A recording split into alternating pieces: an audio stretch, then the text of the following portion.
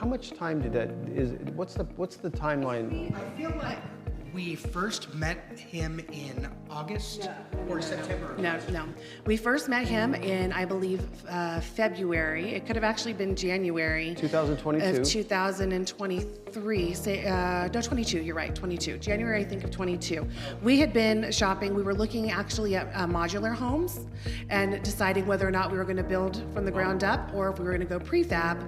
We were just weighing the pros and cons of the two. We know the prefab, you can get it faster because some things can be done simultaneously, but we have such a large property that I think craning it over here was going to prove problematic and also expensive, that by the time that we worked out dollars and cents, it worked out best just to build from the ground up, have more ability to customize. And when you say customization, I don't think a lot of these things, and so we are now doing prefab ourselves. We're offering that in 2024, but I know we can't do a lot of the things that you did. So it was probably a good choice, good call. Yeah, it was, but we met him, and when he spoke with us, and we had just come from one of the mobile home sites where we saw some of the things that we wanted, where we're kind of, still working out our design. We had a very strict floor plan as far as we needed it rectangular. We had a footprint that we could take, and then we worked with your in-house architect to make it all come together. Let's talk about that experience. How was your design experience? The designing of the entire thing, because you didn't have any experience doing this prior to, right? You're beginners.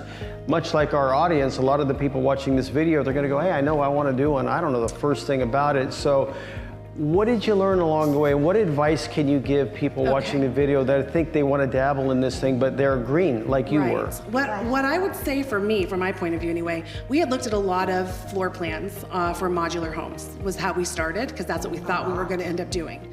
So we looked at a lot of floor plans, and we went and visited some. So I think even open houses, just to kind of get an idea of what you like, because what we thought we wanted, we learned we wanted something different. So your mind's changed, evolved? Yeah, absolutely. Okay. But when we sat down with the architect, it was great because they know what's needed, and what spatially, what things are gonna need and what takes up square footage, because as Mom mentioned, we wanted to do wider doorways, wider hallways, give ourselves room for things for the future. Right. So the architect really listened in, and Michael really listened into what we wanted, and gave us the first picture of this is what we think you want, and then we were able to go in and tweak it together to maximize, because I think that we were still just under 1,100 square feet when they put it on paper, and I said, no, they're giving me 12, we're gonna take it to 12. Like, what can we do? Sometimes we don't know what we don't know. When you do the first rough draft and you look at it, your mind, it either fits your mind's eye, or you go, there's something not right about that, so then we can either expand it or shrink it, or move walls around.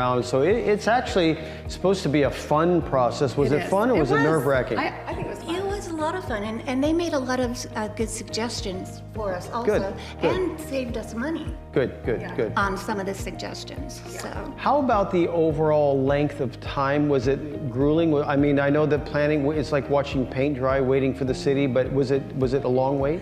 I will say that the first bit didn't seem that long. By the time, I feel like we sat down originally, I think it was in January, you should check with Michael. We knew we were gonna break ground. We met with Merrick's team. We knew we were gonna break ground early March was the plan. So we were breaking ground in March. Then we hit all that bad rainy weather. Yeah.